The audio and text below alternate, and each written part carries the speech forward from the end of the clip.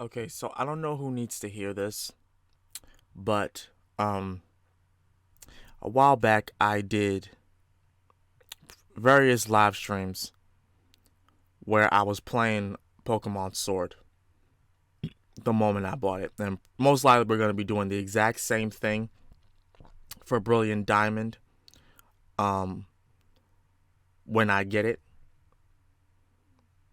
And regardless of the fact that I still don't have a good computer for to have the actual screen on there, I'm still going to do what I did the last time. So yeah. Um but aside from all that,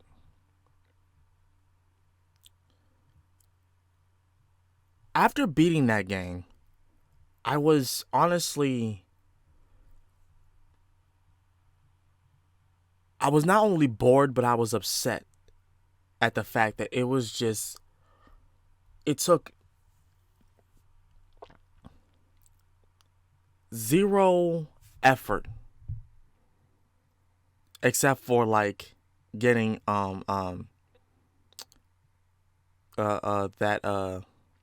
Calyrex and that horse legendaries. It took the rest of it was zero effort, and I completed the whole John Brown thing within one day. And I'm not talking about just like the game alone, because I took my time with the game, but like the extras and afterwards, it was just dull. And as far as the story, I expected more. Now, saying that off rip, before this video even continues, that is how I feel about this game. It's fun when you start off, but then once you start to realize the story really isn't going anywhere until like the last minute, and then it just drops off again, it it honestly just makes you just wonder why you invested all your time into this game in the first place.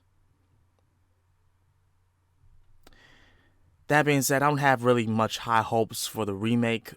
And I'm kind of having not as many hopes, not as much hopes for Legends Arceus, but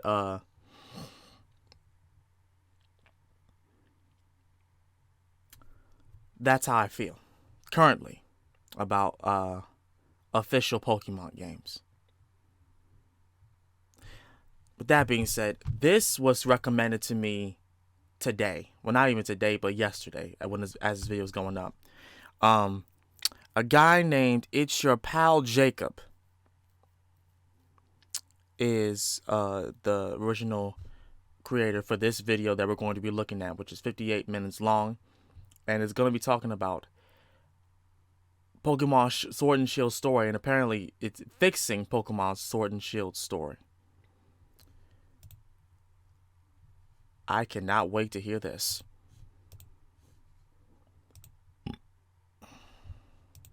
Leading up to its release, it was almost like you couldn't go a single day without hearing some new reason on why Pokemon Sword and Shield were going to be disappointing. The initial backlash it received after it was revealed that there would be no national dex grew like a wildfire. I hadn't really been into the series for the last several years. I didn't even finish Sun and Moon, but the controversy surrounding the next entry made me morbidly curious in a weird way. So Yeah. when it was released, I bought the game to see if it was going to be as bad as people thought.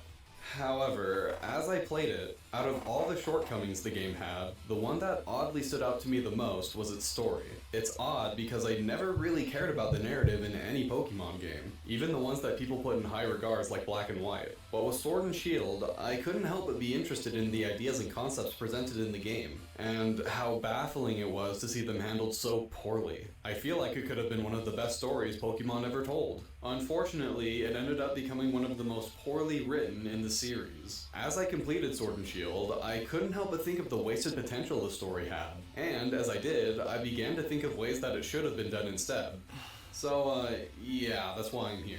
I feel that with just enough tweaking and working with what the game already has, we can make it into something that could have been great. I don't claim to be a great storyteller myself, and I've certainly never published anything, but I at least know what I like in a good story. I know what kind of things get me invested and make me care about a fictional world. The idea here is not to try and change things drastically, but to improve on the ideas and concepts that are already present in the game. We'll build upon and change them slightly to improve the general writing, but the plot will still be the same and hit the same beats. Perhaps you felt that some of the ideas presented in the games were silly, but I believe you can make any idea into a good story. Before we can go about what we can do to improve it though, we have to go through it and know what it did well and what it didn't do so well. Its strengths and weaknesses. If you feel like you already have a good idea on what that is, then skip to this part of the video, but I encourage you to watch the whole thing. The majority of the story is crammed into the ending of the game and is incredibly convoluted and confusing to the point where you might not remember important details. Okay.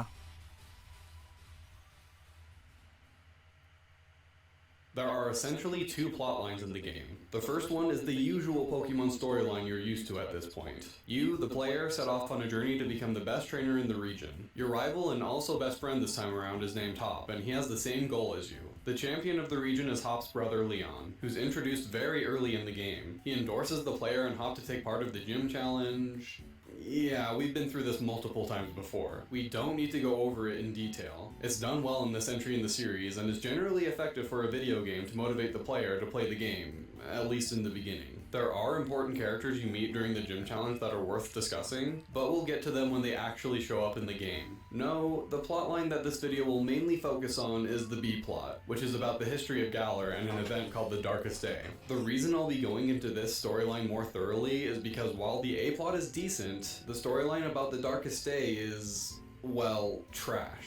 The concepts I mentioned at the beginning of the video come primarily from this plotline, but we'll still be discussing the A-plot when it's important, or to move along to the next point. There are a few things to know about the Darkest Day before we get started. There's a phenomenon known as Dynamaxing that makes Pokemon grow to gigantic sizes. This is possible thanks to the energy that emits from items called wishing stars. Magnolia, the professor of the region, sends her granddaughter Sonia off to find out more about Dynamaxing and the Darkest Day. The last important thing to note is that the player and Hop briefly encounter one of the legendary Pokemon at the beginning of the game. After getting your endorsement from Leon, you travel to Motostoke to register for the gym challenge and then check into a hotel to prepare for the opening ceremony the next day. At the hotel, you see Sonia and get your first taste of the history of Galar, which was mentioned before as one of the main storylines in the game. This is the first time you hear about the Darkest Day, which is an event in Galar's history about a black storm that covered the sky a long time ago and how the region was assaulted by gigantic Pokemon. She also mentions the hero of Galar who stopped it, which is represented by the statue at the hotel. We are also introduced to Team Yell and then Marnie at the hotel. Marnie is another one of the gym challengers wanting to become the champion, and Team Yell is basically her rabid fanbase. And while Team Yell is honestly just filler to extend the game's length, Marnie is a cute and endearing character that most people end up having an attachment to. Something you'll come to find out about Marnie throughout the game is that she isn't a particularly deep character. Now, before going any further with that, let me just say that I don't think that having a character who's just cute and endearing is a bad thing. Not every single character needs to be super deep or have a ton of backstory, and with how popular Marnie is, it seems like she fits her role just fine. Having a personality can be good enough as it is. With that said though, besides being an obstacle to the main character, she doesn't really serve a purpose to the story. Like, at all. When it comes to stuff like the... Yeah, see, so here's what I have to say about Marnie, right? With the hype of this game coming out 2 years ago, okay? There was a Reddit post that was talking about or mentioning Marnie, and it still goes into my head because Shofu, another content creator, had pointed this out. And the only reason why I know is because I watched his video. It said in that post, whether or not it was even real or not, but this just, it made me excited at the fact that it could possibly have been real, but it wasn't. Marnie being royalty, and she had something to do with the whole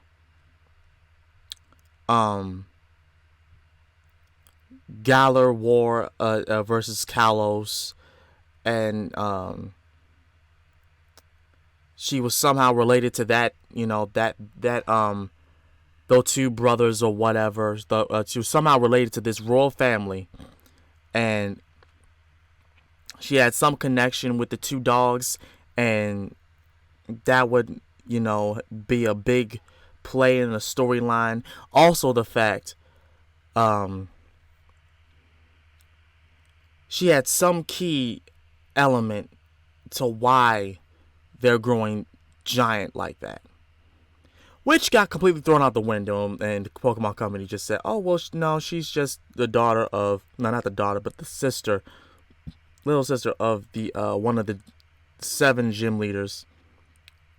Well, one of the 8 gym leaders that has his own punk like team, and they're all guard." Oh yeah, another thing about Team Yell, they were supposed to be some secret guardian knights that were there to protect Marnie by the instruction of either her brother or her mother, right? And in order for them to stay hidden, they disguise themselves as these these super fans looking like that. Idea completely got knocked out the window. And that would have been nice to see. I still remember that Reddit post to this very day. I still remember it. Rio, where's the Reddit post? I don't know. For the life of me, I had saved it when I first saw the thing, and then I deleted it because I was upset. But if I'm not mistaken, Shofu has the video up where he talks about it. And if I can find it, it's most damn sure going to be in the description.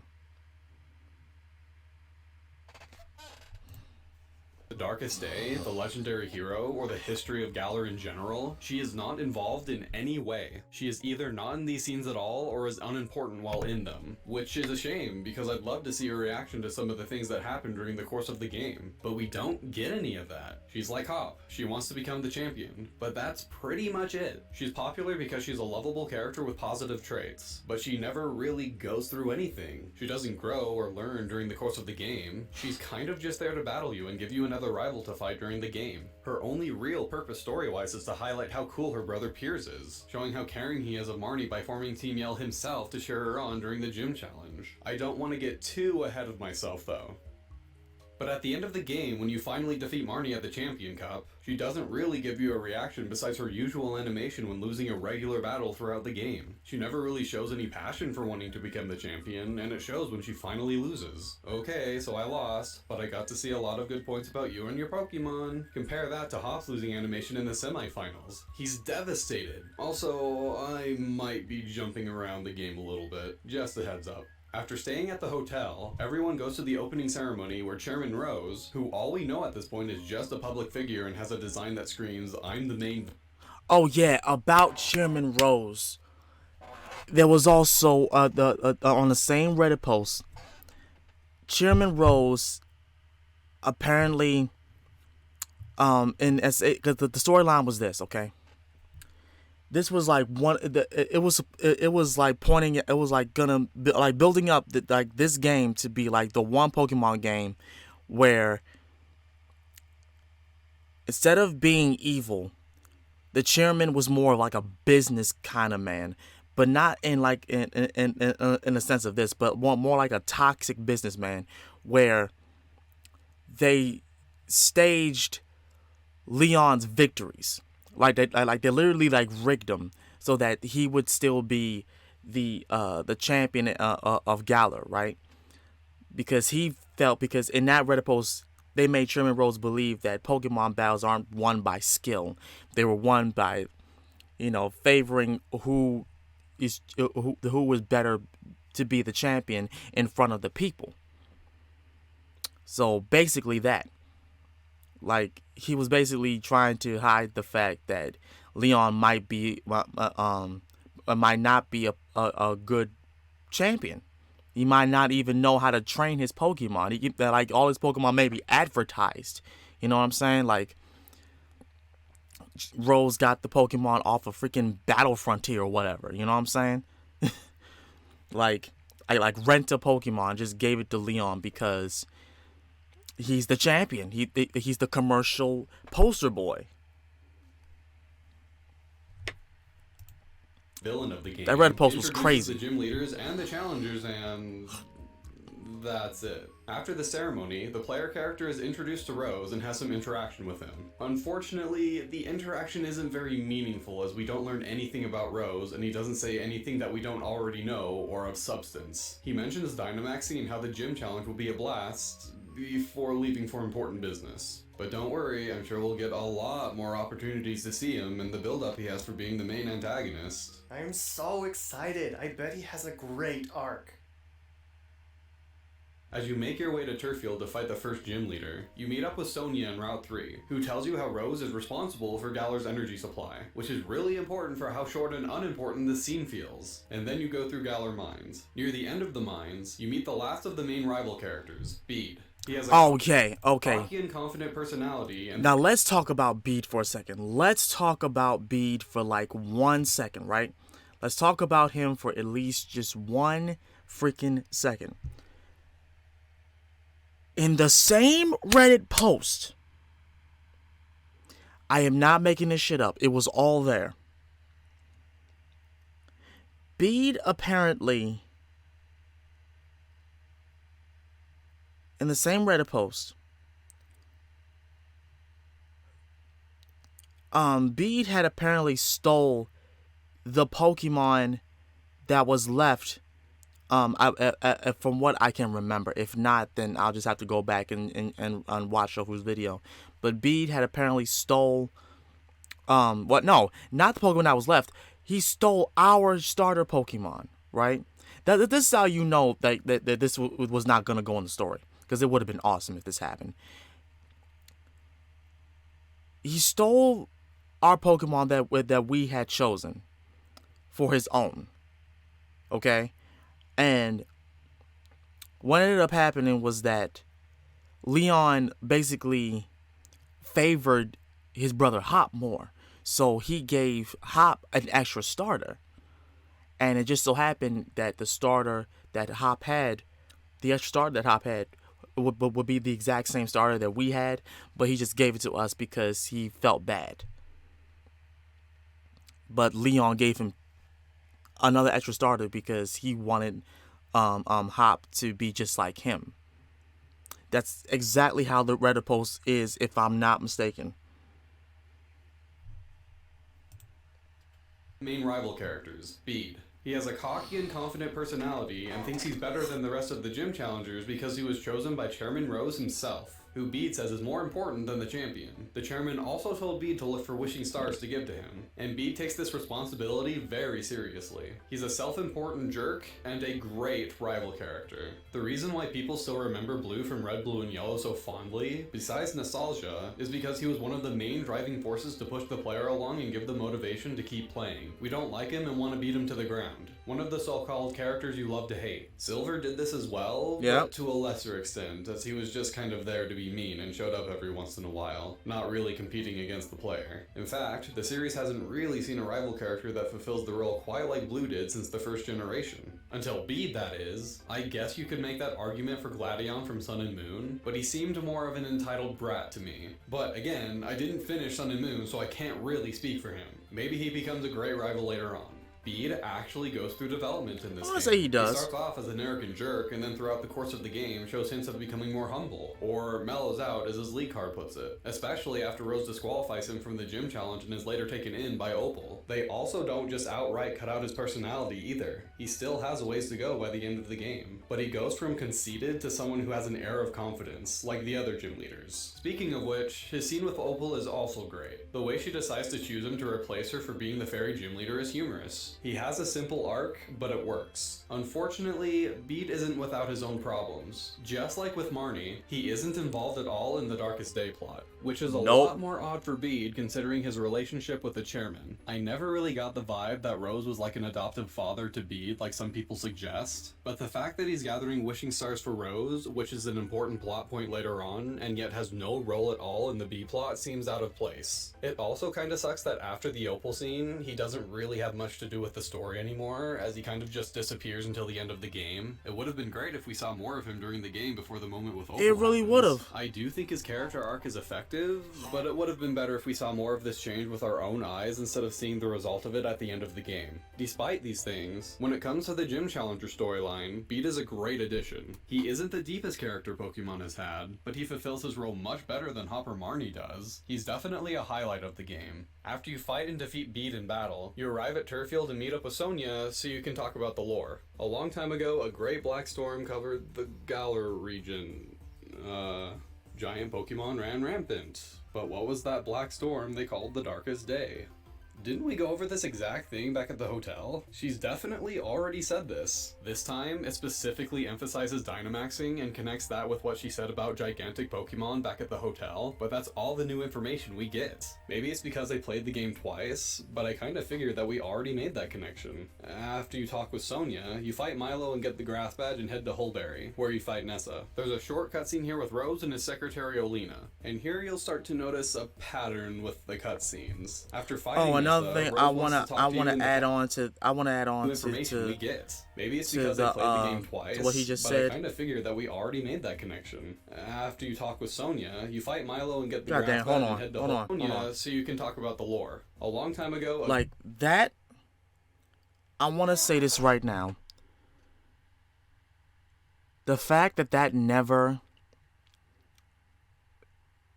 got explored, the idea of what was seen on that hill, it never got explored. We never got to even climb on that hill and have an event where a Pokemon that looked like that showed up, kind of bothered me. That actually pissed me off. Like,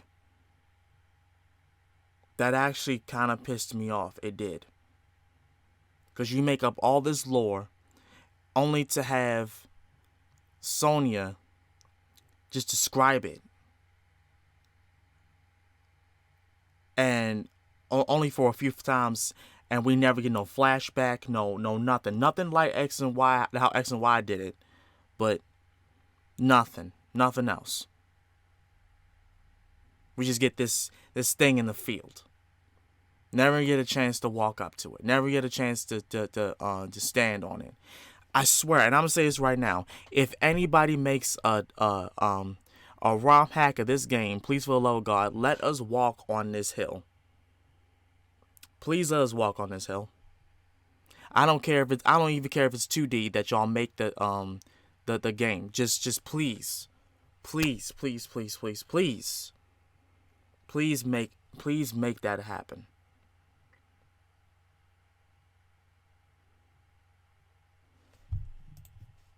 a great black storm covered the Galar region. Giant Pokemon ran rampant. But what was that black storm they called the Darkest Day? Didn't we go over this exact thing back at the hotel? She's definitely already said this. This time, it specifically emphasizes Dynamaxing and connects that with what she said about gigantic Pokemon back at the hotel, but that's all the new information we get. Maybe it's because I played the game twice, but I kinda figured that we already made that connection. After you talk with Sonia, you fight Milo and get the Grass Badge and head to Hulberry, where you fight Nessa. There's a short cutscene here with Rose and his secretary Olina, and here you'll start to notice a pattern with the cutscenes. After fighting Nessa, Rose wants to talk to you in the cafe, but just like the previous scene with Sonia, you realize that you already know all the information that's presented in this scene. Wishing stars, Dynamaxing, we've heard all this before, and this isn't the only scene that does this. A lot of the cutscenes about the Darkest Day usually covers like 60 to 80% of things you already know, and then gives you a tidbit or two of new information before you're back on your adventure, making the cutscenes feel mostly useless and padded. The information itself isn't expanded upon, it's usually just a sentence or two. A lot of these scenes don't further anything else either, so you eventually have to ask yourself, what do these scenes with the chairman or Sonia do for their character or the Darkest Day storyline? Exactly. I can't think of a reason for this particular scene at all. You could argue that it's more of an introduction to Rose, but this scene lasts for maybe a minute. The conversation doesn't really do much of anything except for telling Sonia about how to find out more about the history of Galar. Exactly. When a cutscene is happening, you expect something important to happen, right? Especially when the game stops you over and over again in succession. progression, but a lot of these scenes just amount to nothing. This isn't exclusive to the Darkest Days storyline either. The scenes that revolve around the gym challenge also don't amount to much. Nothing. So many of these cutscenes amount to just having some chit-chat with a certain character, them asking for a battle, and then after the battle, something along the lines of, "I'll improve and beat you next time," is said. There are exceptions to this, of course. The majority of Bede scenes are great, and Hop shows a lot of potential with his character in some of his scenes, like when he loses to Bede, but most of the cutscenes honestly feel like a waste of time. Because of this, I will only be covering the new information we learn so I don't repeat myself. But guess what? Because I won't be repeating myself, I'm basically going to skip to the end of the game. We've already talked about the important scenes with Marnie and Bede. Might as well. We'll get to Hop. But Nothing else story is happens. structured in such Really. a way that it honestly feels Nothing else like crazy nothing is happens. happening. During the scenes from Hammerlock, Stownside, and Sirchester, over the course of 4.5 hours, Tell 'em. Sonia theorizes that the legendary hero is actually 2 Pokemon instead of human, and that's pretty much it. Keep in mind that in my playthrough of the game for this video, I avoided catching any Pokemon and didn't fight any trainers when I could. So for anyone playing the game for the first time, it could easily be double that length depending on how many Pokemon they want to catch and battle with the trainers you fight along the way. Which is The what game I starts did. feeling like you're just going from town to town and getting gym badges, with the actual story of the game being very lightly sprinkled throughout. That's We have what you're routes doing. and other similar places in between the story, but they mostly serve as just catching and battling Pokemon, which is fine. It's giving us time to play the actual game, but we need some kind of motivation to keep going. I mean, granted, most Pokemon games have been this way in the past, but that doesn't make it okay. And even if you do compare it to previous games, it seems like there's a lot less going on in this game anyway. Pokemon is also 25 years old and has done good stories before. We have an entire B-plot to work with. Entire. Let's use it. But hey, maybe I'm missing something. So let me look up a summary of the game real quick. Professor Magnolia's granddaughter and assistant Sonia tells them about Galar's history and a mysterious event known as the Darkest Day. The player ends up uncovering pieces of the Darkest Day during their journey, much to Sonia's pleasure. Eventually, the player manages to successfully collect the 8 gym badges and travels to Winden, where the Champion Cup is held? What? I'm freaking serious. The story has such little significance during the course of the game that Bulbapedia summarizes 15 to 20 hours into one sentence. This entire summary does not mention Bede, Marnie, Piers, none of that. The story is so unimportant during the majority of the game that it doesn't need to be summarized at all. But then after this point, when the game only has a few hours left, suddenly it deserves 2 paragraphs. I wasn't missing anything at all. It's just that nothing happens. You Nothing really do happens. just He's go right. from town to town and collect gym badges with very little important scenes happening to build up the story. Well, okay. Not nothing happens. There are a few things to go over. Sure, the Darkest Day storyline barely progresses, but there are a few important things that happen with the characters. Even though the cutscenes are very sporadic, Hop shows up an annoying amount of times to battle you, giving him more screen time than any of the other characters. The only reason I haven't talked about him in detail yet is because he's arguably the most important rival you have in the game. So let's talk about... And another thing about Hop, it also said in that Reddit post, I'm gonna keep referencing this damn Reddit post because it was more interesting than this game as a whole. It really was. So throughout the entire journey, it was said on that post that Hop was literally getting help from his brother Leon without Hop even knowing. Leon basically told everybody that Hop even encountered to let him win in battles. Like for every gym, Leon literally had every gym rigged for Hop, just so that in the end, like Leon would be able. They made Leon be the bad guy in the post rather than just the basic stand around good champion. Good guy champion. They made Leon the bad guy and literally said that Hop was being played by his older brother. Now you tell me if that is a more interesting story than what we got. I'll wait.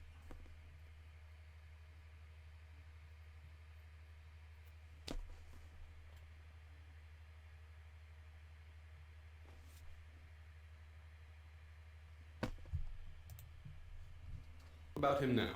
Okay, unpopular opinion time. Hop is, decent character. He's just not presented very well and often comes off as annoying because of how often he halts the progression of the game. But I don't think that makes him a bad character. In fact, he probably goes through more growth and has more depth than Bede does. I like the arc he goes through, or at least the idea of it, trying his hardest to become the champion and never being able to achieve it despite the hard work he puts into it. If anything, he's more like us than our insert character over here. We played the actual game and it was a cakewalk. From what we see of Hop, it looks like he goes through a lot more hardship and puts a lot more effort than we do. It's depressing to think about, actually. How many of us are going to get our way throughout life? Will we be able to get the careers we want? Will we ever be the best at anything? Are we even good at the things we do? Honestly, even with how annoying he can be, he's a more relatable character than anyone else in the game. Throughout the game, you can see him switching out Pokémon and trying out different strategies when you're battling him. It would have been better if he were more subtle about it, since he does outright say this in the game, but it's a nice touch. He really looks up to his brother and wants to be just like him, which isn't that uncommon for a 10-year-old. These characters are 10, right? He even goes through a bit of a depressive episode when he loses his battle with Bede and is told by him that he's dragging his brother's name down. This is cool. Even if it would have been cooler if he didn't get over it so quickly. He goes through a lot in order to become the champion, only to realize in the postgame that he likes helping Pokemon. Which unfortunately comes out of nowhere. These things are present with Hop's character, but it isn't presented or conveyed very well and can often be overshadowed by how annoying it can be at times. He has potential to be a great character, and we can easily work with what the game gives us when it comes time to talk about what we can do to improve his character. Alright, with Hop out of the way, let's go over a few other important things that happen during the game. The scenes we've talked about with Bede happen, where he's disqualified and then later taken in by Opal to fill in her role as the fairy gym leader. We meet Marnie's older brother Piers, who's also a gym leader. We learn that he set up Team Yell to cheer Marnie on in the gym challenge, and he's actually pretty cool. Charmin Rose also has some build-up for being the villain, but it's mentioned in like 1 or 2 lines before being easily forgotten about instead of basing a whole scene off of it so it stays in the player's mind. There are a few scenes that almost hint that they're supposed to have greater significance, but then just tells the player to keep going with the gym challenge. Like the scene where there's a large explosion at Hammerlock. Instead of having the player investigate it, Leon says that he'll handle it and that you shouldn't worry about it. It would have been great to investigate this ourselves, especially since after this scene is just the next gym leader, literally 10 minutes after fighting Piers. Right. Alright, that's basically everything. Now, you might be thinking, since we're practically at the end of the game, we don't have a lot more to go over, right? Not quite. Game Freak, for some strange reason, sprinkled the Darkest Day storyline very lightly throughout the game, and then just crammed every single idea they had at the very end. Even with not much happening during the course of the game, the last hour has so many concepts that summarizing it is surprisingly difficult. So, since we've already mentioned all the important parts of the Gym Challenger storyline, let's just skip all the way to the Champion Cup. After defeating Marnie and Hop, the first section of the Champion Cup is done, and Leon invites you to dinner. They wait a few hours and Leon is still nowhere to be found, which, I'd like to mention, is very in character for him. The running joke for Leon is that he's terrible with directions and always gets lost. But anyway, Piers shows up and tells us that he's at Rose Tower and that he'll be late. They sense that something is amiss and decide that it's a good idea to go to Rose Tower to get Leon. Piers suggests that he brings Team Yell along to have some fun. Almost like they're going off to some grand battle. The characters are treating this situation almost like Leon was kidnapped or something. They're really overreacting right now. Let's go make a ruckus. I mean, he's supposed to be the champion. Why though? Right. What suddenly made this a situation where you need to go to Rose Tower yourselves to get Leon? And just for dinner too? Is there any indication that Leon being late for dinner will make it so that the finals will be delayed? As they head out the restaurant, Olena stops the cast almost as if she's suddenly a grand villain stopping the heroes in their tracks to save Leon.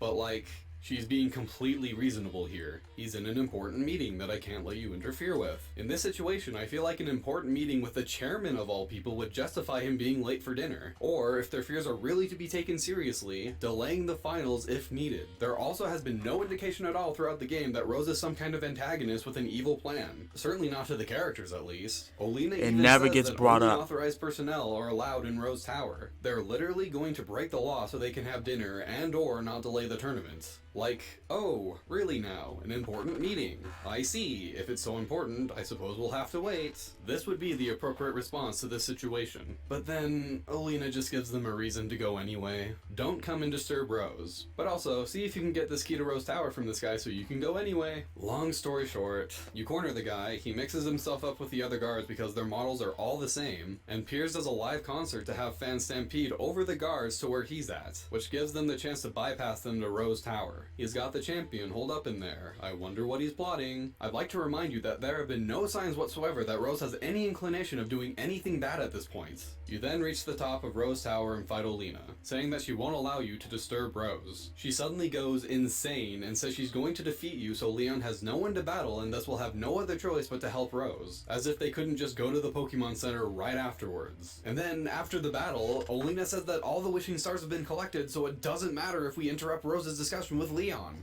Why did we fight you then? Why did you get in our way in the first place? You've literally been saying for the past 15 minutes that you won't let anyone disturb Rose. Just kidding, we have all the wishing stars anyway. You guys should have seen the look on your faces. We then see the infamous scene with Rose and Leon. Rose saying that they need to act now to avoid an energy crisis in 1,000 years, and Leon being surprisingly logical about the situation and saying that they have plenty of time to avert it since it's in 1,000 years. With what little we've seen of Rose up until this point, it feels very out of character for him to act this way. The first few times we meet him outside of the opening cutscene, he looks and acts like some conceited famous person. The scenes that come after don't really give off that vibe at all, instead being level-headed like with the scene with Bede at the Ancient Wall. We had a lot of dialogue telling us about the Darkest Day, but Rose himself barely mentions it. This all seems to be coming out of nowhere. Rose is making such a big deal out of it. Right. But you want to know what have made more sense? Since he's the chairman for the whole Pokemon League, and he's literally sponsoring these trainers, how about make it seem as though he's fixing the Pokemon League? Not in the sense of repairing it, but like have it fixed so that Leon would still be the winner, no matter how hard they worked. Like, come on. He's supposed to be. He has the ability to appear as a grimy businessman, and y'all just drop it. And the thing that's so crazy, now I'm even more curious as to how the manga about this looks. How does the manga take this? If they make Chairman Rose anything like that, or Leon anything like that, I am going to flip. Because that's going to prove my John Brown theory that the people who make the Pokemon manga have more sense than the game developers and the story writers for these games. It makes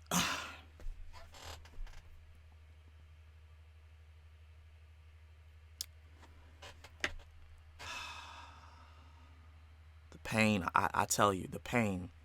Like you could have had him in this thing where like he was bribing the trainers to lose, or bribing the trainers to just forfeit their match in the tournament, something like that. Or better yet, he goes crazy and realizing that you're not going to quit, not going to give up, he disrupts the championship and awakens Eternatus to use the wishing stars and corrupt the entire tournament so that it just stops. And Leon's still the champion.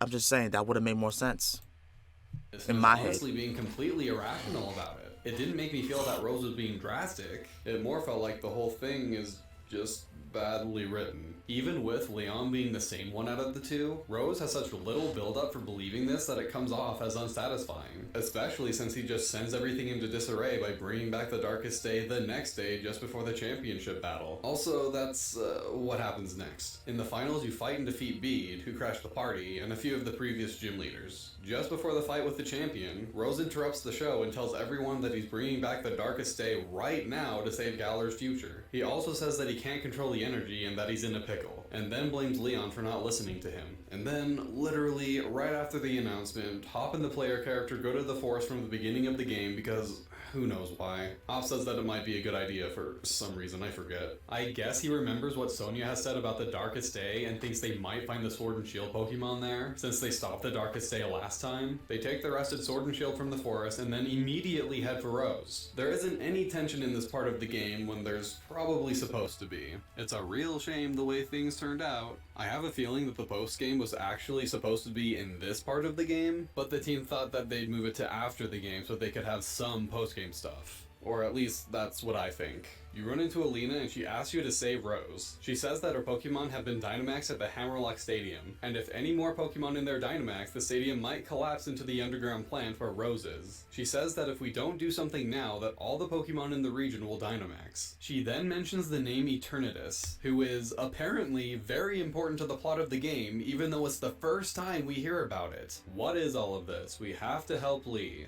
I mean, I agree. Rose at this point isn't important anymore. He's the one that set this all off, but battling him now would be worthless. Hop is sitting there in defeat from Rose like he can't do anything anymore. He needs to get the crap out of there and help Leon fight Eternatus. And with all the information the game is dumping on us all at once, it's honestly difficult to understand what's actually going on. Why is Rose bringing back the Darkest Day now going to solve the energy crisis in 1,000 years? I played the game twice and then re-watched all the cutscenes and I'm still having a hard time understanding his motives and his line of thinking. You played the game twice? Oh, you brave man. Years, so they have to act as quickly as possible. You but brave why is man. bringing back the Darkest Day a solution to that? I guess releasing Eternatus will just give the region all the energy it needs, if I'm understanding it correctly. If this is the case, though, then we have learned nothing about this until this point. Eternatus was never mentioned in any of the cutscenes regarding the Darkest Day at Thank you. all. How Thank are we you. supposed to draw any sort of conclusion with the information we have? Even with Alina telling us that Eternatus gives off energy to Dynamax, it is one line. Unless you hit the audience with an explanation or demonstration that will stick out in their minds, it is so easy to forget. I eventually had to check Bulbapedia again to make sure I was getting everything right. And I swear their article about the Darkest Day has information that is nowhere to be found in the actual game. I couldn't find anything about its exact date or whether or not Eternatus was involved in it. There's barely a mention of Eternatus being the one that produced the Wishing Stars to begin with. Not only did I play the game twice and rewatch all the cutscenes, but I copied down every single line of dialogue from the scenes that talk about the Darkest Day. I swear, this information isn't in the game. I guess the game just wanted us to make the connection ourselves? I suppose we'll just have to go with what Bulbapedia says. Eternatus' very existence was never mentioned before this point in the story. All we were told about the Darkest Day is that a black storm covered the sky, Dynamax Pokemon almost destroying the region, and the legendary hero with a sword and shield who stopped it. I am not kidding. I mean, obviously the Darkest Day had something to do with energy, since Dynamaxing is mentioned almost every time it's brought up, but the very first time Eternatus is mentioned in any way, shape, or form, including by name or not, is Alina, just before you go down and fight Rose. It is not hinted towards at all. And why are we fighting Rose to begin with? The music makes it seem like this is the battle that will decide everything, but everything has already been decided. Rose woke up Eternatus and now has the energy he needs to save Galar's future energy crisis. He even says so right before you fight him. There is nothing to stop now. He has woken up Eternatus. In order to stop Dynamax Pokemon from rampaging all throughout Galar, we need to stop Eternatus right now. Rose is just sitting around, not doing anything. He's unimportant. Stopping Eternatus now will potentially save hundreds of lives. I think that's a better trade-off than Rose potentially getting away. Was his purpose to slow us down getting to Eternatus? Even if it is, Rose says right after the fight that it doesn't even matter because Leon has probably already caught Eternatus by now. So not only do we not have a motive to fight Rose, but now he doesn't have a reason to fight us either if he actually believes this. He woke up Eternatus but couldn't control it, and so Leon comes in to fight Eternatus himself, which Rose is apparently okay with basing off what he says right after you fight him. He even says that Leon came in for Rose to save him like a princess from a dragon by fighting Eternatus.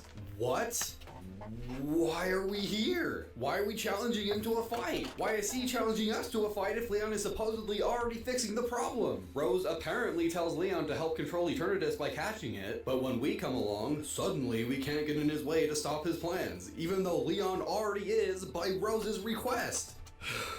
I just don't understand Rose's logic and his line of thinking. This part of the game is so terribly written that it's hard to keep up with everything that's going on. Okay, so After you fight Rose, you immediately go up to Leon and see that he's struggling with Eternatus, and its reveal is so disappointing that it's hard to even fathom. Actual game audio.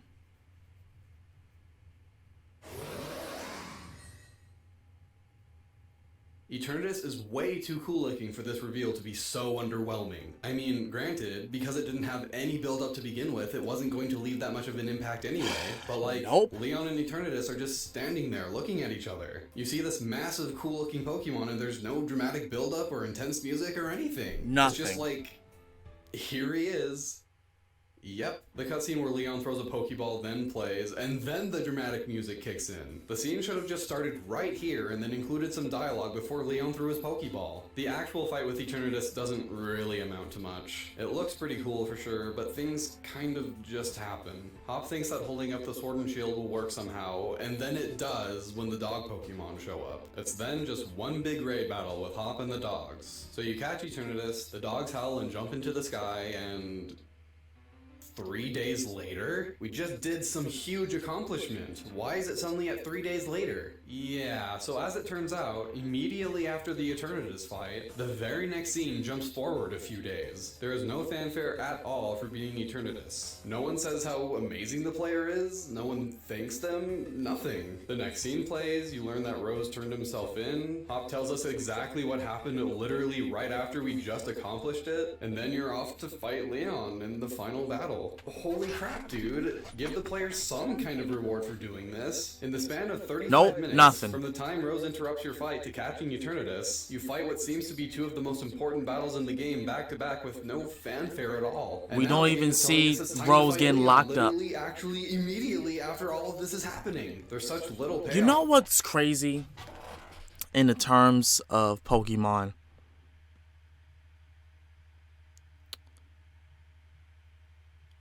In Ruby and Sapphire, you get congratulated for capturing Kyogre or Groudon.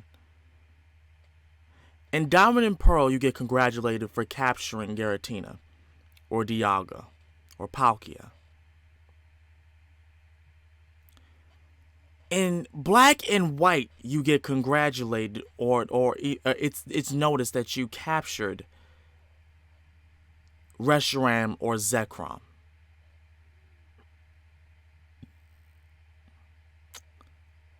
And I don't know if this did happen, but in X and Y, I think they mentioned you defeating and or capturing Xerneas or Yveltal. Hell, even in Sun and Moon, they mention you awakening Solgaleo and Lunala, and then having to go and fight Zekrom.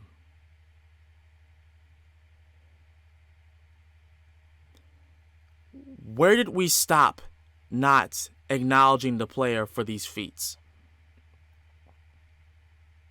Where did we stop doing that?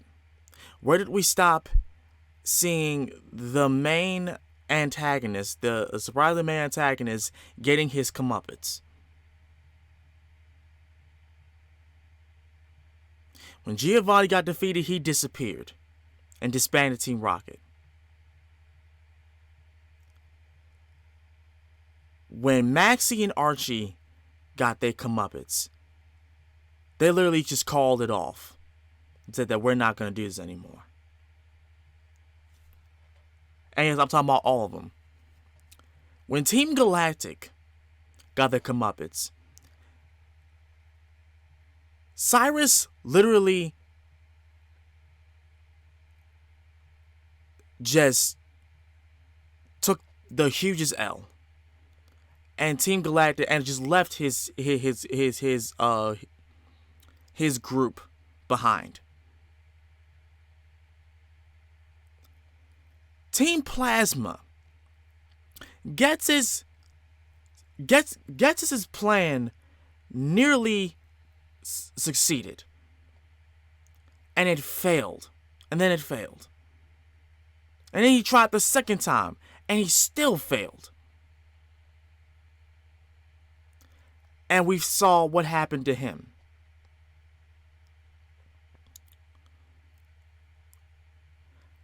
Hell, Lysander literally offed himself using the ultimate weapon. Sure, they don't say it in the Pokemon game, but he does it. And let's not talk about what happened to freaking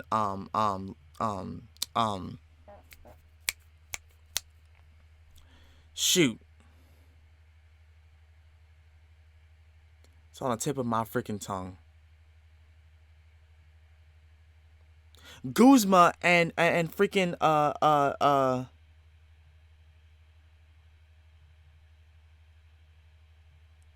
and the head of the Aether Foundation. Forget what her name is. God damn it. It's on the tip of my freaking tongue.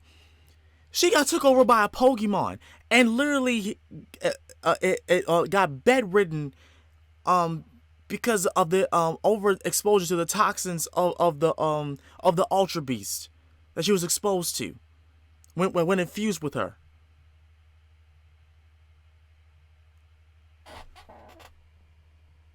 They literally said that. And her daughter literally went to Kanto to go find the cure to see if there was a way to cure her. Literally. Well, not only for her mother, but for the fact that she wanted to go out on her own and experience her first Pokemon journey. But still, where did we stop not including that? Where? When? This game?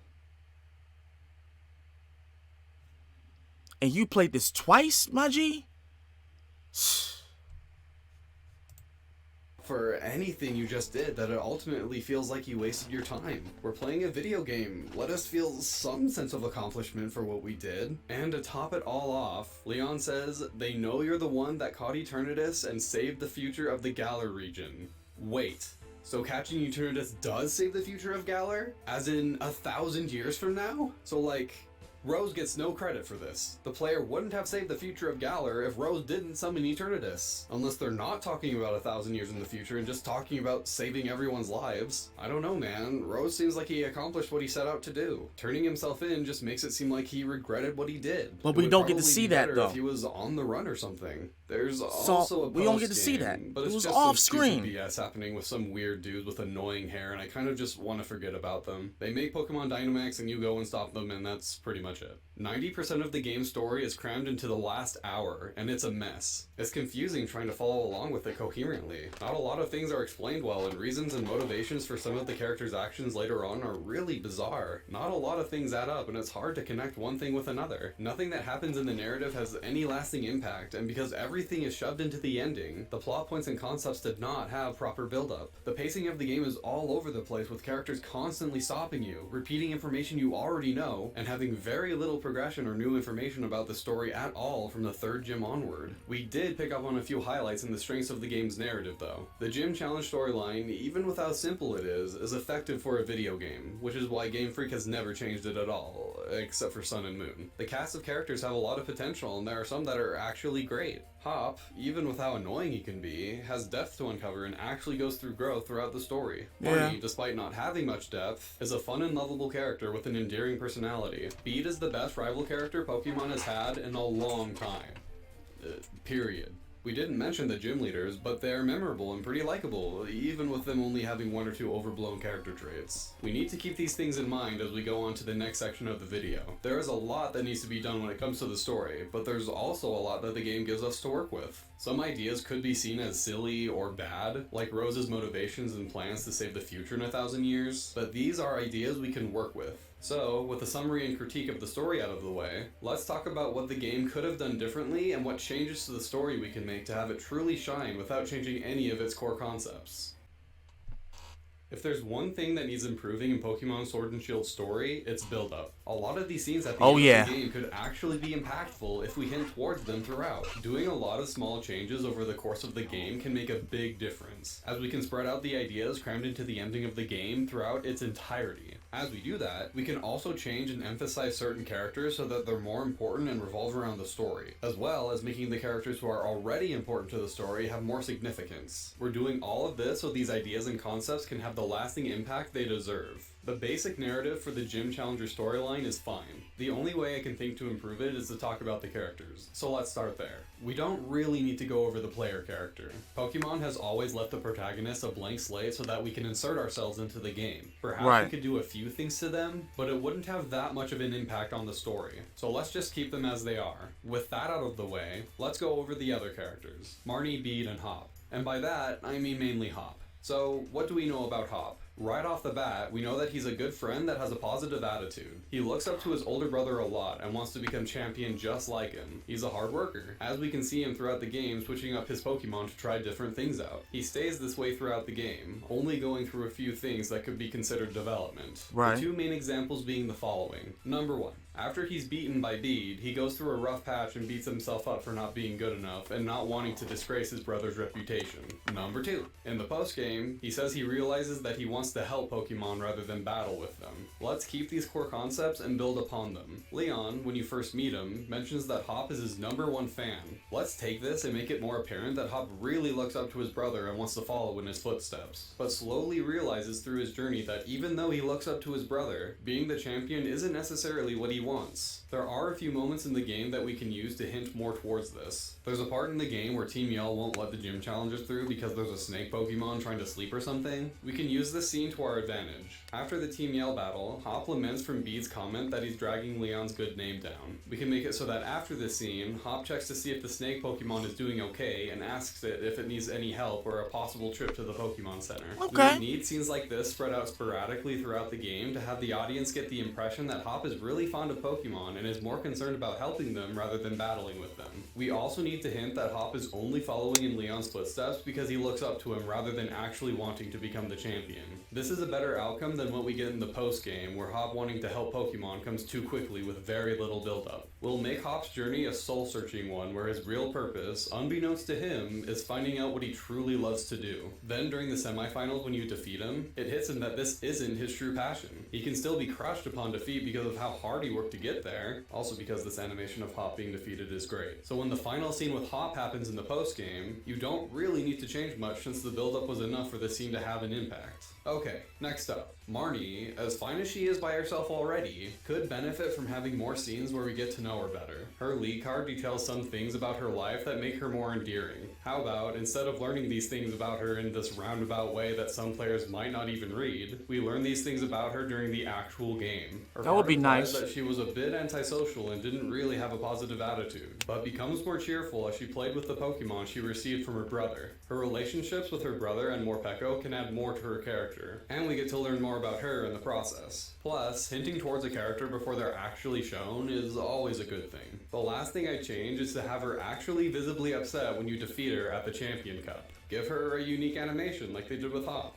Have her actually show some emotion since we don't really see any from her in the game. And suddenly you have a very impactful moment. Give us more of a reason to love her. As for Bede, he's almost perfect. We're going to have Bede appear more often by moving the scenes where he's disqualified from the gym challenge and his scene with Opal to later in the game. We battle Bede more often. He stays a jerk for longer, and instead of him disappearing from the 5th gym onward, we'll have the Opal scene after you fight Raihan. Besides that, nothing else really needs to be changed. He fulfills. I mean, honestly, for Bede, I feel as though after he got dropped by Chairman Rose, he just went rogue by himself and just decided to have his own Pokemon journey, and we still meet up with him, and he's still doing his own snob way of Pokemon training. Because, yeah, even though you got dropped from being endorsed by Chairman Rose, you still can be a Pokemon trainer regardless. That right doesn't get taken away from you because of it. It just means that you're not going to be given any endorsements as going through the Pokemon League, or you won't be able to compete, but you can still prove that you are the best. You can still do that. Like that would have been cool if he just went rogue by himself. On top of the fact, like I said in the for the Reddit post, like he would still have the Pokemon he stole from us. You know, like that would be crazy. That honestly would be crazy. Or and after he stole it from us, we would be given a chance to choose the same starter that we had, or another starter, or better yet, he would before I was getting ready to say he did Silver's thing where he stole the other Pokemon that me nor Hop chose, and yeah, he did that. Like that would have been that would have been crazy. That would have been honestly a good thing. That would mean that like me, Hop, and Bead would like be the main focus throughout the game as rivals, to be considered, and Marnie would just have the whole princess thing going on, like discovering that she was of royal descent. You know, I don't know about the brother though. Like I think the brother would be in the same line of royalty, but she wouldn't know much of one. I mean, actually, what? Scratch that. She would know about her brother, but like he would know a little more about the family, about the royal family descent, than she would. Like because she's like the little sister, but he would know more. You know what I'm saying? And the keys about the sword and the antique sword and shield, and the whole thing with Zacian and Zamazenta, like even the secret about Eternatus. Like I feel as though her brother would know a little bit more about that, and he would like tell her the truth as the story goes on. You know, especially when we go to meet him first, and him and Marnie had that conversation. That would have been a good thing. That would have been interesting. It would have been interesting.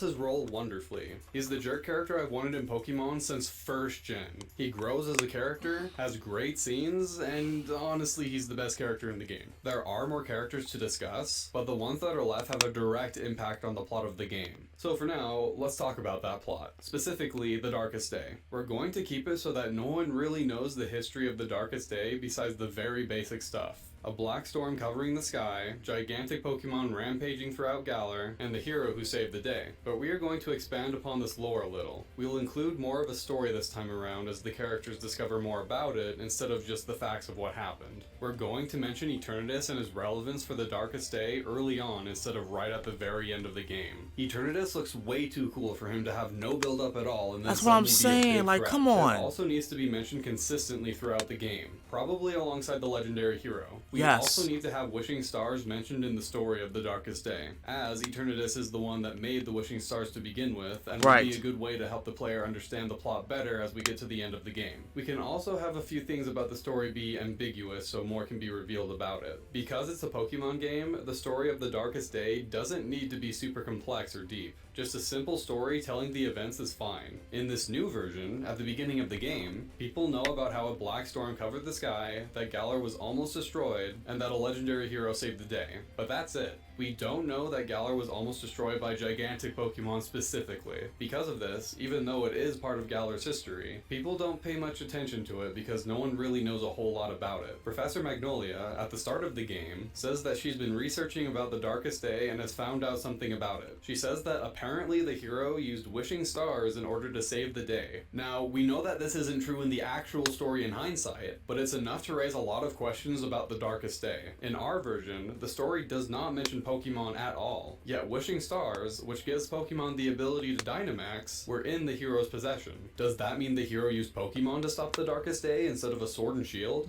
This is enough for Magnolia to send Sonia off to do more research, since Magnolia is too old to do that or something. Then over the course of the game, the player character, Hop, and Sonia discover that Pokemon were involved in the Darkest Day, and that those Pokemon Dynamaxing is what almost caused the destruction of Galar. They also learn about a legendary dragon Pokemon that emits a massive amount amount of energy, and that this Pokemon is what produced the wishing stars to begin with. The Okay. hero, who they come to find out is actually two legendary Pokemon, engage in a battle with the mysterious dragon Pokemon and defeat it, causing its massive energy to finally disappear and return the Dynamax Pokemon back to normal. The legendary dogs are declared heroes, but are never seen again. The defeated dragon Pokemon left a ton of wishing stars behind, which are used in the present day for Galar's energy supply as well as Dynamaxing Pokemon in battle. There. We didn't change the story that much, and we are giving it a lot more clarity than it's presented in the actual game. We need Eternatus, the mysterious dragon Pokemon, to be revealed early on so that it can have the proper build-up it needs to have an impact for when you actually face off against it at the end of the game. The question then comes with how they learn about these things in the first place. In the actual game, Sonia just kind of theorizes things and everyone assumes she's right. We can still work with this with scenes like Bede breaking down the wall in Stoneside and Sonia looking at the images in Turffield. But we can add more information and tidbits in these scenes, as well as replace scenes that don't matter with the characters exploring unknown parts of Galar, or just Sonia doing it off screen and then calling you to those places. We could discover caves that have ancient drawings on them, that sort of thing. We can even use that specific example to tease how cool Eternatus is. Seeing an ancient drawing of something that looks like a dragon skeleton, or something that resembles Eternatus, just not as cool looking as the actual thing, but cool enough that it makes you curious. We'll also make it so that the legendary dogs have more relevance too. Perhaps they can be guiding the player and Sonia to these artifacts. That would be Which wouldn't great. that out of place since we see one of them at the beginning of the game. We just need to add a few more scenes where things like this happen. Yeah. We added the slumbering wheel, but since it's Pokemon and pretty much anything is possible, we can make it so that the dogs can project images of themselves in front of the player and lead them to more of these locations that have to do with Galar's history. I agree. This also makes the reveal that they were the legendary hero all along more impactful.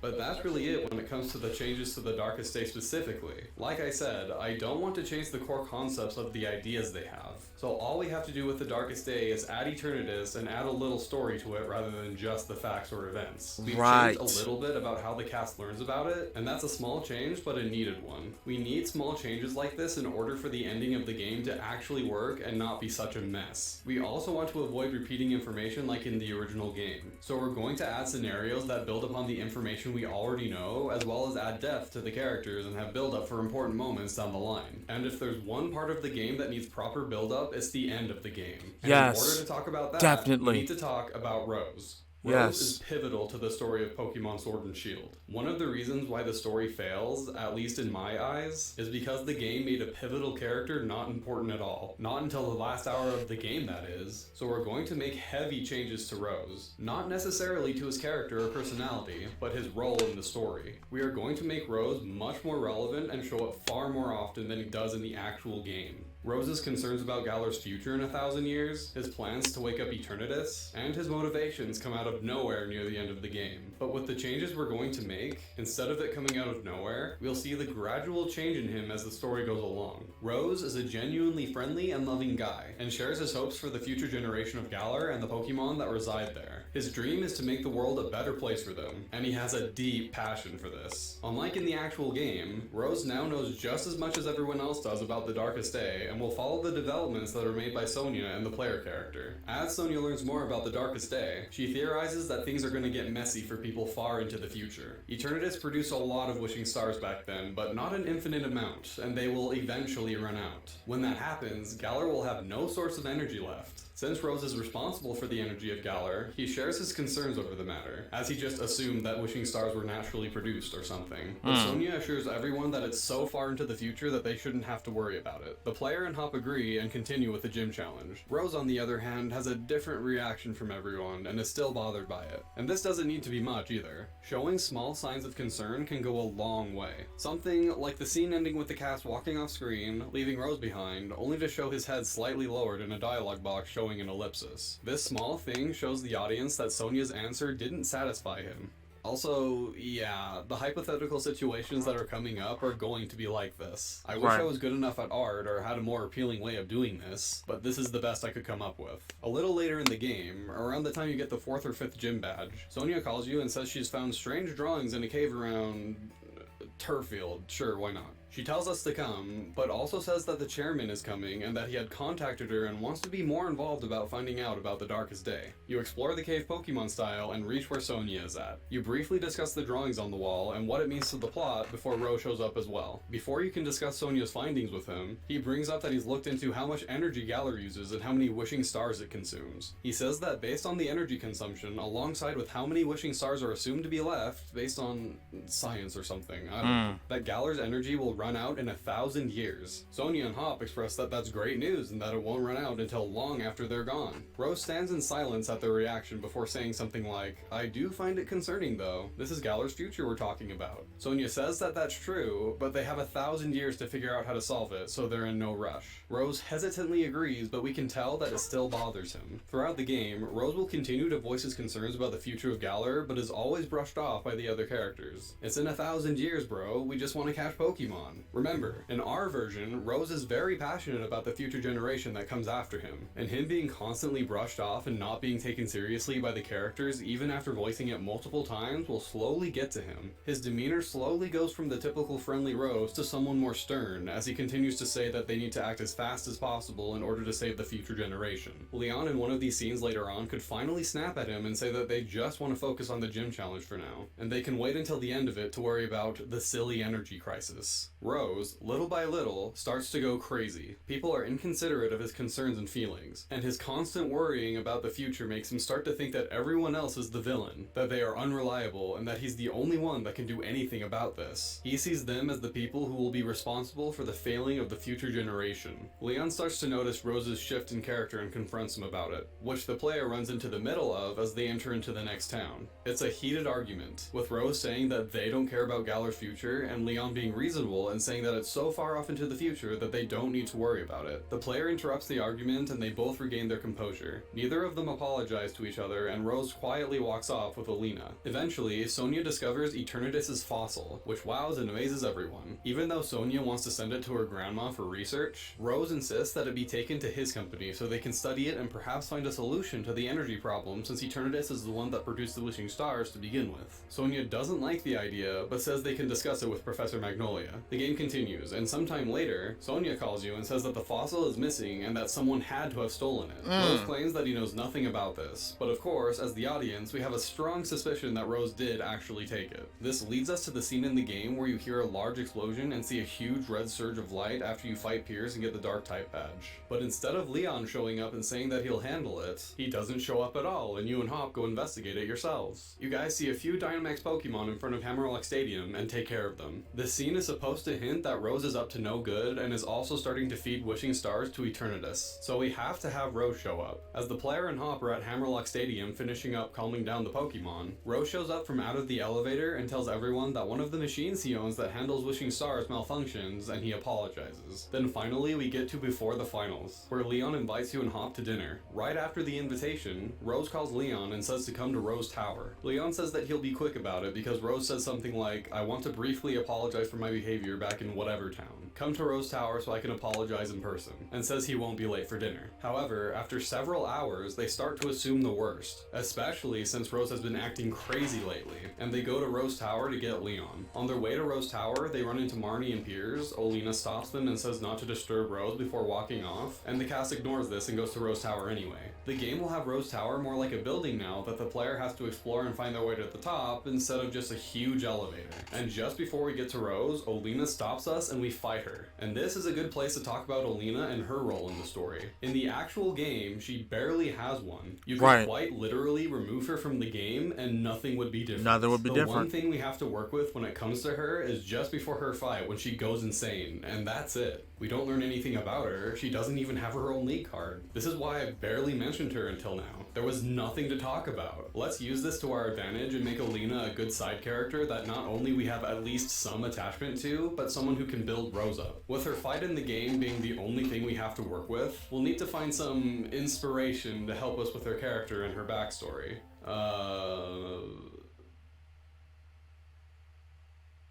That'll work. As we have spoken about before, Rose is a great and caring guy at the beginning of the game. We'll create a scenario for Alina that involves Rose saving her life in a figurative way. Rose helped her out in some way to the point where she appreciates Rose and really looks up to him. We don't need to know all the details of someone's backstory, especially a side character, but having a vague but meaningful background in her character could go a long way. It does. Alina was in a bad place in her life, didn't know what to do or where to go, and that's when Rose came in and saved her from her troubled life. If we wanted to be specific, we could say that she was homeless or something. Rose felt bad for her and took her in, and she eventually that would be became different in secretary. a different the take. First time we really get a chance to talk in the with her is Pokemon at world, Mulberry, where we see her and Rose talking with Bede. She doesn't do anything in this scene though, besides telling the chairman to hurry and telling the player to meet with Rose at the restaurant after they get the water badge. She doesn't do anything of significance in the scene at the restaurant either, or like ever.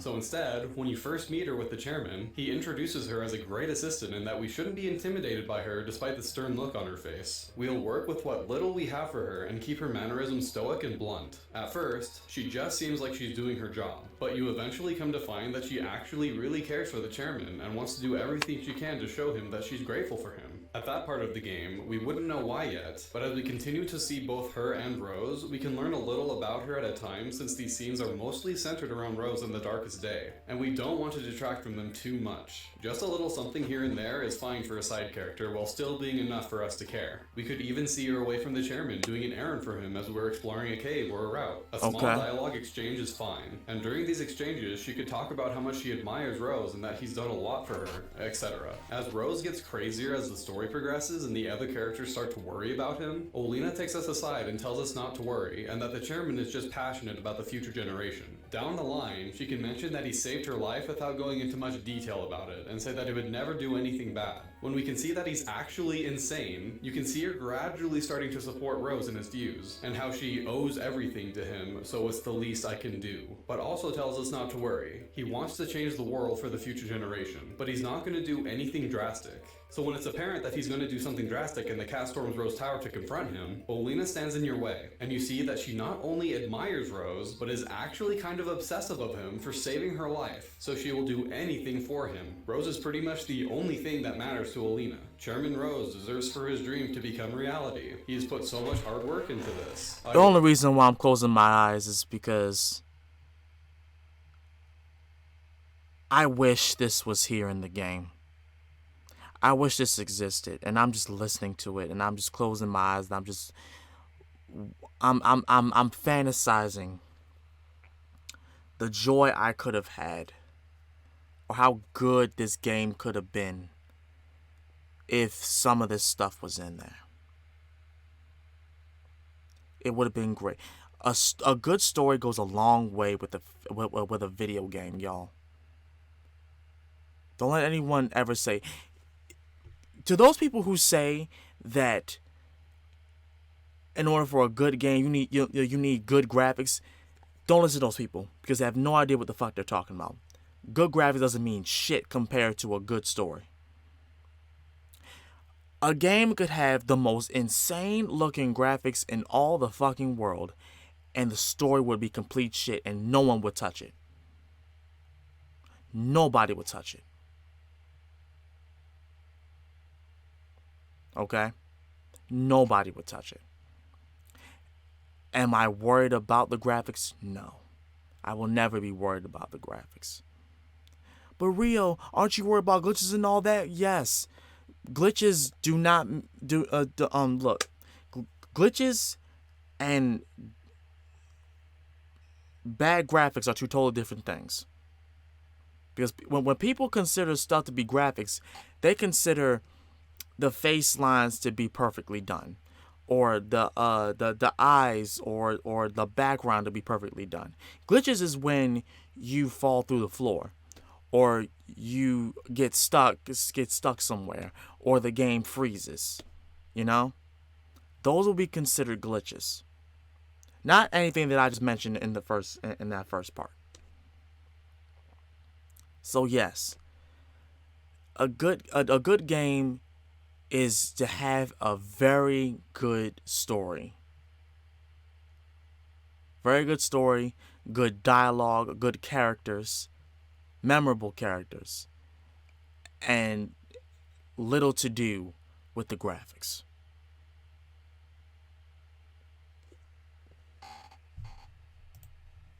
Won't allow you to thwart his efforts to build a better future. It's all about Rose rather than his plan, because Olina is obsessed with him. After the battle, she finally reveals what Rose did for her when she was going through so much hardship in her life, giving the cast sympathy for Rose before confronting him. Perhaps people can point out that changing her character like this would ruin the cool little Easter egg when you fight Olina, how all of her Pokemon are graceful, beautiful, and feminine, but then her last Pokemon is literal garbage, reflecting her character. Okay, let me ask you something. Is Olina actually like this? Sure, in the battle itself, and like 10 seconds before the battle begins, we see Olina go insane and now has a scary facial expression, but do we actually know anything about her? Like, I'm honestly asking here, because I can't think of anything. After defeating Olina, we see Rose and Leon arguing again, but Leon seems to be more reasonable and tells him that after the gym challenge, which should end tomorrow, he will dedicate all of his time to helping Rose. Leon is the straight man in this scene when it comes to Rose. He's saying what we are thinking, but in our version, we at least know what Rose has been going through and that he's kind of insane and can't be reasoned with. We can sympathize with Rose at least a little bit since we know that he can be a great guy with what he's done for both Bede and Olina. Plus, we've seen him be blown off by everyone throughout the game. The scene can play largely the same as it did in the original, with a few more lines added in, with Leon leaving and saying that he'll help after the Champion Cup. This leaves Rose unsatisfied. He doesn't respond before Leon walks away with the player and Hop. And then, just before the champion battle, you can see that the chairman has snapped, and the scene plays exactly as it does in the actual game, announcing that he has brought back the Darkest Day in order to save the future of Galar. With the changes we've made to Rose's role in the story and the build-up he now has, the scene no longer feels like it comes out of nowhere, and it doesn't feel out of place. After the announcement, instead of immediately going to Slumbering Weald and then right to the Rose fight, we're going to take the post-game content and put it right here at the end of Rose's announcement. The Darkest Day needs to seem like a big deal. And really it does. It should have been. The post-game, with Dynamax Pokemon running rampant and the player and Hop desperately trying to stop it, is a perfect fit for this situation. But we'll need to make some modifications. For starters, Swordsbert and Shield Guy don't exist anymore. Period. Thank you. They were either never born or were murdered before the game started. Thank you. Thank you. Thank you. I'll take that. Lord Heavenly Jesus, thank. Now I know why he said that I was gonna like this, because I fucking hated those two. Oh my god, they were unnecessary to the damn plot of the game. X them out completely. Oh my god, sweet Jesus, the hippity hoppity Christ. Take them out. Yes. I don't even know why the Pokemon Company even bothered to put those two bitches in there. There was no need for that. We never hear anything about them, ever. The overall tone in this part of the game will be different from what it is in the actual game, which means a serious tone since everything is going to crap. Leon and others, like Sonia, are trying to locate Rose and Olina, while the player, Hop, Marnie, Bede, and the gym leaders are trying to stop the Pokemon that have Dynamax and are trying to lead people to safety. The player and Hop return to their hometown to stop the Dynamax Pokemon that are there to save their families. And in the middle of that, instead of Hop just suggesting to go to the Slumbering Weald out of nowhere, especially since it doesn't fit the situation they're now in, Dog Pokemon projects himself in front of them again, and gestures them to follow him into Slumbering Weald. Yes! Find the rusted sword and shield. Eventually you find out where Rose is and head to Hammerlock Stadium. Hop calls Leon and tells him to come to the stadium, but since Hop and the player are already there and can't afford to wait for help, they'll have to deal with Rose as Leon is on his way. Rose is in the same room as he is in the actual game, but we see the fossil of Eternatus behind him. Turns out he actually did steal it. Rose explains that Eternatus has been reacting to and absorbing wishing stars that he feeds it, to the point where Eternatus is now on the verge of reviving. Rose continually feeding it wishing stars is also what caused the explosion and surge of red light from earlier. Eternatus is already producing enough energy for the Darkest Day to be happening and for Pokemon to be Dynamaxing. You can still stop it in time if you act now, but Rose is in your way of doing so. The battle between the player and Rose then commences. And with everything we've talked about so far, changing parts of the narrative and especially Rose's role in the story, we now have all the build-up necessary to have this battle be awesome.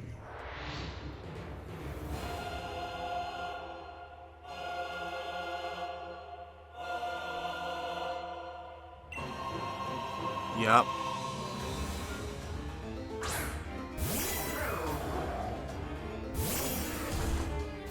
The tension in this battle can be felt as you can really see Rose in his determination to fix the future. Throughout your journey, you've seen Rose struggle with his ideals and be brushed aside by the other characters. So now, not only do we realize the gravity of the situation, but you actually know where Rose is coming from with all this. The awesome one-winged dad bod theme plays, and the player feels the impact and the weight of this battle. Oh man, this is serious. I need to save the world from this maniac. You end up beating Rose, but the fight is long enough to delay the player, and Eternatus finally awakens. A cool cutscene plays with cool dramatic music, and a red light envelops Eternatus as possible before it emerges from the light and shows itself to the player. By the way, Eternatus is supposedly 65 feet long, which is bigger than Wailord. So we can make this guy freaking huge and terrifying. Right. He breaks out of the room just as Leon shows up, and the cast follows it to the top floor of Hammerlock Stadium to battle it. Since Eternatus is so big, we can make the fight begin as a raid battle with the player, Hop, and Leon. They defeat Eternatus, but then it absorbs all the energy in the Galar region, like in the original game. But now its Eternamax form is way bigger, much too big of a threat to deal with, even with the three of them.